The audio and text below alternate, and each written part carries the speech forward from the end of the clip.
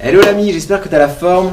Je suis ravi de te retrouver ici chez Intégral Moto pour te donner mon avis sur cette 1000 GSX-R 2018 et te donner 5 conseils à suivre en fait pour que ta moto aille mieux sur piste. Alors c'est une vidéo que je vais essayer de te faire rapidement. Donc c'est vraiment en cas d'usage piste uniquement. C'est vraiment là pour gagner un petit peu des secondes et du confort sur la moto en pilotage. Alors déjà, moi je suis simple pilote amateur. C'est une moto avec laquelle j'ai fait 2 saisons en promotion Cup 1000 Dunlop. Donc j'ai appris à la connaître, j'ai un peu d'expérience dessus et j'aimerais te transmettre en fait cette expérience qui pourrait, toi, je sais pas si tu as l'intention d'acheter peut-être cette nouvelle GSX-R ou tu hésites ou tu es simplement curieux de savoir ce qu'elle vaut. Voilà, moi je vais te donner mon retour d'expérience en tant que pilote. Alors conseil numéro 1, c'est fais préparer ta fourche. D'origine, elle a tendance en fait à être trop dure au niveau des ressorts, donc elle travaille pas assez. Et tu auras du mal à rejoindre tes points de corde, elle va être un petit peu camion, etc. Donc plus ta fourche va travailler en profondeur, plus elle sera facile à emmener. Okay, donc ne pas hésiter à faire préparer ta fourche par un préparateur professionnel. Voilà, ça consiste à mettre des ressorts, de l'huile qui vont surtout à ton gabarit, puisque en fonction du poids, forcément, ça ne sera pas les mêmes ressorts. Moi en tout cas, je fais 77-78 kg, les ressorts d'origine étaient pour moi trop durs. Deuxième conseil à savoir sur cette moto, donc j'ai pu me rendre compte qu'il y avait un souci avec les freins. Ils ont mis des étriers Brembo qui sont l'entrée de gamme en fait de chez Brembo et les pistons ne reviennent pas très bien, ce qui fait que tes plaquettes elles restent toujours un peu en force sur le disque et forcément on se retrouve avec une usure de plaquettes qui est pas normale. Donc si tu as du budget et que tu freines très très fort, eh bien je te conseille de changer les étriers, mets du plus haut de gamme. Et comme ça, tu auras des plaquettes qui vont durer plus longtemps. Moi, j'ai passé 5-6 jeux pour 5 courses, ce qui est énorme. J'ai des concurrents, des amis qui ont passé seulement 2 à 3 jeux pour leur saison en course, quoi. Donc vraiment, j'ai une surconsommation liée à ce problème de piston qui ne revient pas à sa place. Et ça, depuis qu'elle est neuve, hein, depuis l'origine. Troisième conseil que je te donne, c'est si tu mets une poignée à tirage rapide, comme on fait beaucoup pour éviter de se retrouver à se reprendre en 2 fois au niveau de la poignée. Donc si tu mets une poignée à tirage rapide, ne mets pas la bague la plus courte. Parce que là, on a quand même un moteur qui marche vraiment bien. Et si tu as une poignée qui est trop courte, tu te retrouves en fait avec des wheelings sans cesse. C'est très difficile à doser. Donc il faut quand même, comme c'est une 1000, accélérer progressivement pour pouvoir passer la puissance au sol. Ça, c'est un problème que j'ai eu énormément au départ. Où je me retrouvais tout le temps en wheeling. J'arrivais pas à doser correctement, à faire passer la puissance au sol. Parce que j'étais sans doute un petit peu trop violent sur la remise des gaz par rapport aux pneus que j'avais, etc. Donc au niveau de la bague à mettre, moi je sais que là j'ai la poignée à tirage rapide Roby dessus, c'est top. Il y a 4 bagues et donc c'est la deuxième plus courte. Voilà, il y a 4 bagues, c'est la deuxième plus courte. Et je trouve que celle-là, moi je m'y suis bien faite et elle n'est pas trop longue et elle permet d'être un peu plus progressive sur la remise de gaz. Le quatrième conseil, donc là il s'agit en fait du traction control. C'est pas toujours évident de savoir à combien le mettre. Moi je me suis pas mal cherché au début et en fait je me suis arrêté sur le chiffre 2. Donc je sais plus combien il y en a, il y a peut-être 7 ou 8, peut-être même plus de positions traction control, j'ai même pas été jusqu'au bout voir. Mais en tout cas sur sec, le traction 2 il est pas trop intrusif et puis il gomme quand même pas mal. J'ai essayé sur 1, c'est comme s'il y avait rien. Donc je te conseille de mettre le traction control sur 2. Après pour la pluie, là, je t'avouerai que j'ai roulé une fois sous la pluie avec, j'ai dû mettre le traction sur 4 et je suis tombé à Manicourt. Donc 4 c'est peut-être pas le top parce que c'était justement high side. Donc essaye peut-être 5, 6, faut pas hésiter à en mettre hein, parce que franchement là quand c'est mouillé comme ça, surtout sur un circuit comme Manicourt, faut pas hésiter à mettre pas mal de traction control, à moins que tu aimes vraiment gérer la glisse, mais des fois ça part d'un coup, ça pardonne pas quoi. Ça pardonne pas quoi. Alors le dernier conseil, le cinquième que je vais te donner pour cette moto en fait, Donc on reproche quand même pas mal à cette moto de manquer d'électronique par rapport aux autres motos concurrentes de la même année, aux autres hypersports de la même année. Notamment je pense à la R1 qui a une centrale inertielle qui permet quand même vraiment de gommer pas mal de choses sur des erreurs de pilotage. Celle-ci elle va quand même beaucoup moins te pardonner l'erreur. Donc on lui reproche en fait à cette moto d'être assez lourde à emmener, ok, donc un petit peu enclume en fait sur le changement d'angle.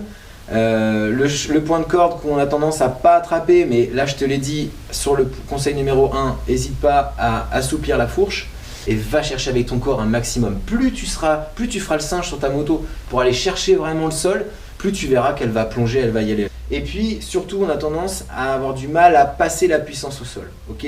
On a un moteur qui marche super bien, mais c'est pas facile de faire passer la puissance au sol. Il y en a tellement que voilà, t'as beau appuyer sur tes cale-pieds, de brûler les cuisses et tout, des fois tu peux pas quoi, tu peux pas accélérer à fond. Donc en fait là-dessus il n'y a pas de magie. Il va falloir que tu arrives à progresser sur ton pilotage. Ça veut dire bah ouais, remise de gaz, va falloir que tu y ailles progressivement comme je te l'ai dit. Et surtout pour éviter le wheeling, parce que c'est une moto qui du coup soit elle glisse, soit elle part en wheeling. Eh bien je te conseille d'utiliser le frein arrière. Parce que quand tu utilises ton frein arrière, si tu l'utilises au bon moment, la moto, tu peux gérer le wheeling en fait. Et c'est super kiffant de le faire. Essaye, prends le temps, mets-toi sur un circuit en roulage libre. Et quand tu mets la sauce, tu positionnes ton pied sur le frein arrière. Et dès que tu sens qu'elle commence à lever, commence à exercer une pression sur le frein arrière. Et tu verras, plus tu appuies, la moto elle redescend. Mais tu restes à fond. C'est ça qui est cool en fait. C'est que du coup, c'est pas l'électronique qui gère ton accélération, c'est toi qui la gère. Et c'est vraiment, vraiment kiffant.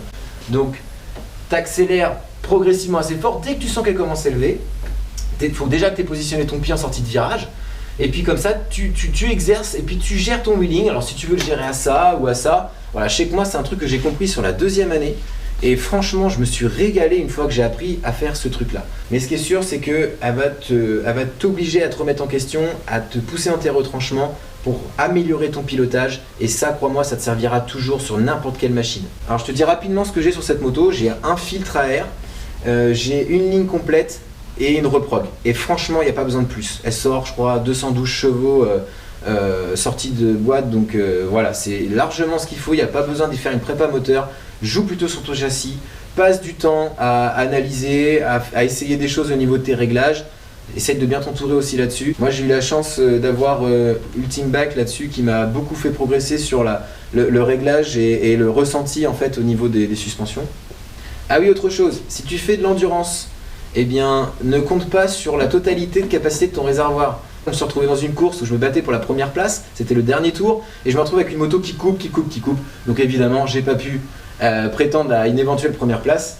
J'ai dû me restreindre à finir deuxième, et voilà, en fait, on avait calculé ce qu'il fallait, sauf qu'on pensait finir la course avec plus ou moins 1 litre d'essence, et finalement, j'avais besoin d'un peu plus, puisque à partir de 2 litres, tu commences à avoir déjà la pompe à essence qui déjauge. Donc tu peux faire une modification là-dessus, rehausser ta pompe à essence, etc. Moi, j'avais pas eu le temps parce que ça arrivait en fin de deuxième année de championnat. Mais c'est un bon truc à savoir. Donc si je devais te donner mon avis sur cette 1000 GSX-R de 2018, bah voilà, il m'a fallu 2 ans en fait pour la connaître vraiment bien. La première année, je me suis pas énormément fait plaisir, vraiment en fin de saison. Commencé à comprendre 2-3 choses. Mais la deuxième année, par contre, on s'est mis à faire les conseils que je t'ai donnés là, en fait, tu vois. Donc, c'est-à-dire la prépa de la fourche. Derrière, j'ai un amortisseur Rollins TTX GP. Donc, j'ai fait tout ça, j'ai fait préparer tout ça. Et là, je me suis retrouvé avec une moto qui tournait. Donc, qui allait au point de corde, donc beaucoup plus amusant, beaucoup moins difficile. J'ai pu vraiment profiter de ce moteur qui est jouissif, quoi. Il a fait un super bruit. Il y a vraiment des chevaux sur cette moto. Le plus dur, c'est de la passer au sol, cette puissance. En résumé, c'est vraiment une moto que j'ai apprécié piloter. Elle est pour moi super jolie. Ça, c'est une question de goût. J'ai eu aucun problème. Ça, c'est vraiment le truc fiable. J'ai beaucoup appris en fait, surtout. C'est une moto qui m'a beaucoup fait progresser. Moi, je sortais de la GSR 750 en Roadster Cup. Donc je suis passé sur un 1000, je suis passé sur celle-ci. Et là, j'ai vraiment compris l'importance de se positionner, de régler la moto, etc. Voilà, cette moto-là, elle va te faire progresser. Moi, ce que j'aime dans le pilotage moto, c'est le fait d'avoir des objectifs, de progresser, de se dire toujours qu'il y a une marge de progression. C'est ça que je préfère. Le jour où je me dirais que je pourrais plus progresser, bah, j'arrêterai parce que franchement, je me ferais chier. Voilà l'ami. Bon, j'ai fait le tour. Je t'ai donné les 5 conseils et mon avis sur cette moto. J'espère que tu as appris des choses avec moi aujourd'hui. peut-être que tu seras motivé à en acheter une, peut-être juste que tu voulais être curieux de savoir ce que ça vaut. En tout cas, c'est mon simple retour d'expérience à moi perso. Il y a évidemment plein d'autres personnes qui peuvent avoir d'autres avis. J'étais ravi de te présenter ces astuces-là. S'ils peuvent te servir à toi, moi j'en serais très content. J'espère que tu as apprécié cette vidéo. N'hésite pas à me mettre un commentaire, une question, j'y répondrai, il n'y a pas de souci. Si tu as aimé la vidéo, tu mets un like, comme ça me motive. J'essaierai de trouver d'autres idées sur mes prochaines motos ou autres. Donc là, bientôt la saison va recommencer. Je te souhaite de te régaler sur les pistes. Fais attention à toi et puis à bientôt. Gaz!